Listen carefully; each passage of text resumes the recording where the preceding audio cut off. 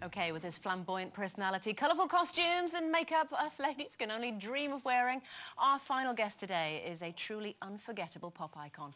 However, it wasn't all about what he looked like. With songs like these, his music is sure to stand the test of time too.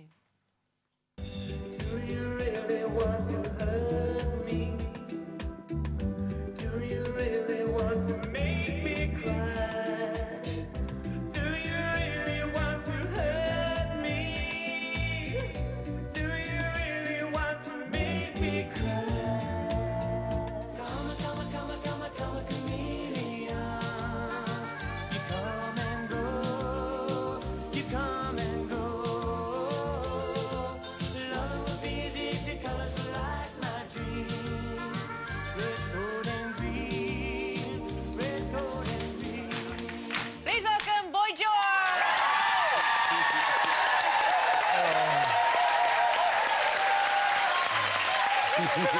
Yes. They love you. Oh, thanks.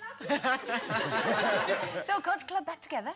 Yeah, we're going to do, well, it's 30 years next year, and Get away. it feels like a sort of bit of a milestone, and sort of I think we should, really, because I think the only other opportunity would be at 60, which I think, not for me.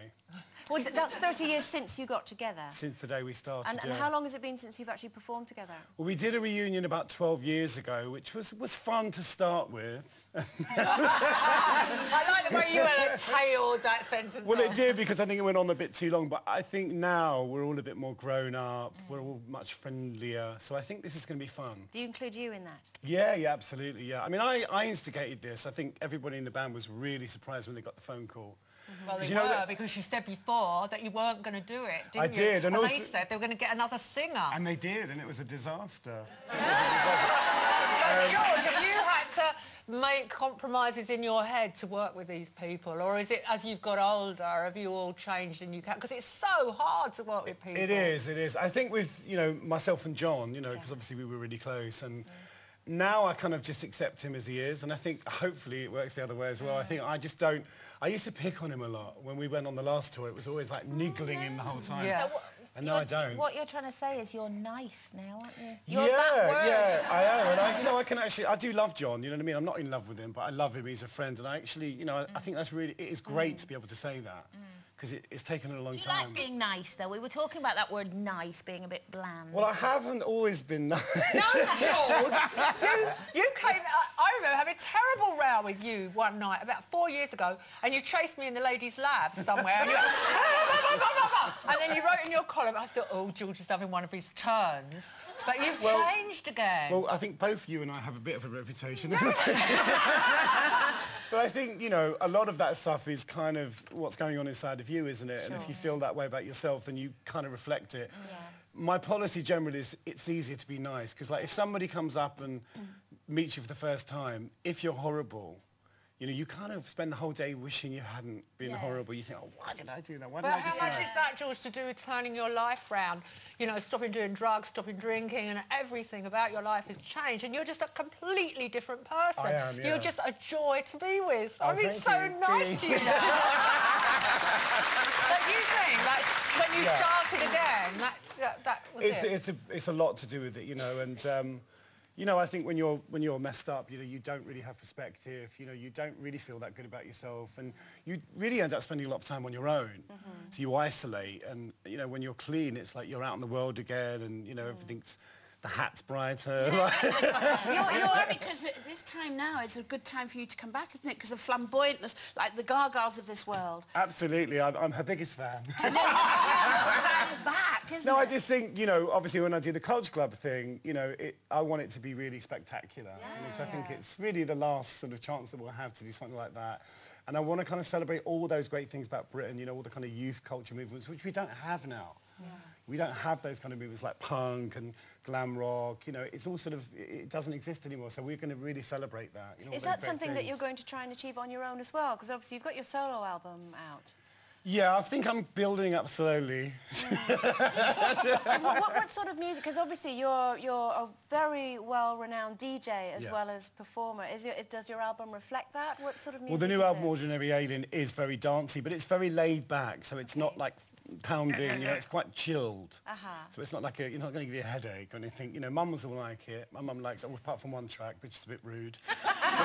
but it is... Proper dancey music. It's dancey, but kind of more like IB for chill out, sort of a bit laid back.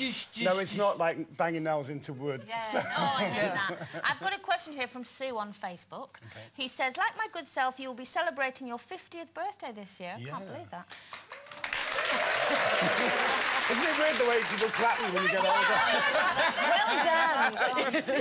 Do you have any plans? And if so, can you please invite Sue to your celebrations? Well, I'll certainly consider it. I want to have a party when I'm 50, but I want to try and have all the people I know there.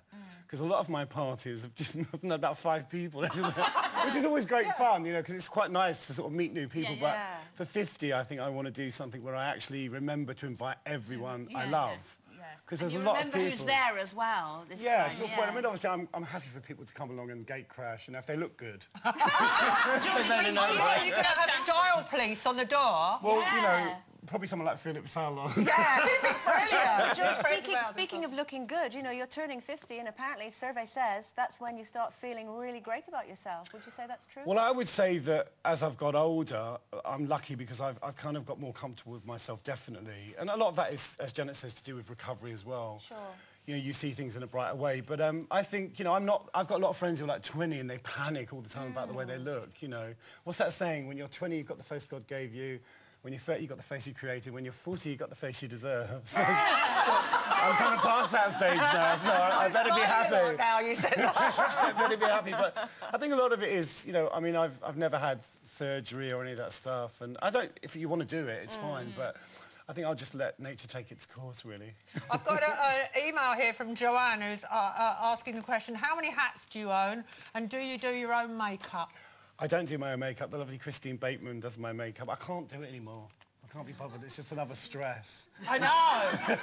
I know, it's something you can fail at. I can do it, but I just can't be bothered. What So about she the hats? does it. 'Cause, I mean, the you're so hats are known made for your by hats. Philip Tracy, who's a great Irish milliner yes. and very good friend. And luckily, I don't have to pay for them.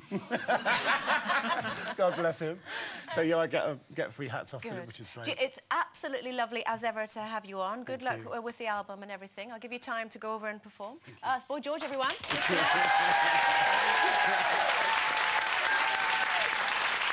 Okay, that is us done for today. Do make sure you join us for lunch tomorrow when we'll be joined by TV presenter and handyman Nick Knowles and the legendary rocker of The Who, Roger Daltrey.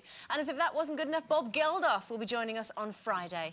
But from one legend to another, performing the recent single Amazing Grace, it's Boy George.